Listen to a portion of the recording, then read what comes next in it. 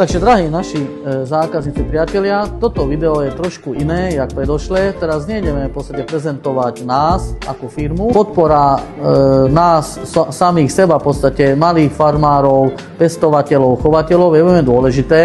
Takže spolupracujeme tuto so Sokolcami, máme takéto kvalitné múky. Nedávno som navštívil Paprika House, kde veľmi boli milí, ústretoví a takisto máme od nich kvalitné papriky. Potom je to malá pekáreň ozaj u Kováča, kde robia 4 ľudia, robia to zo srdca.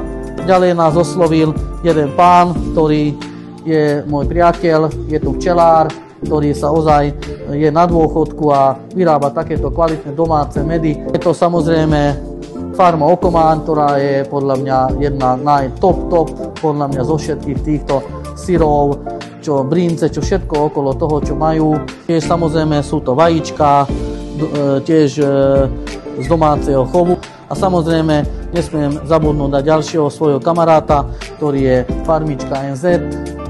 Kto by chcel a má záujem, tak tieto produkty nájde u nás, môže si ísť ochutnať, vyskúšať a podľa mňa bude 100% spokojný.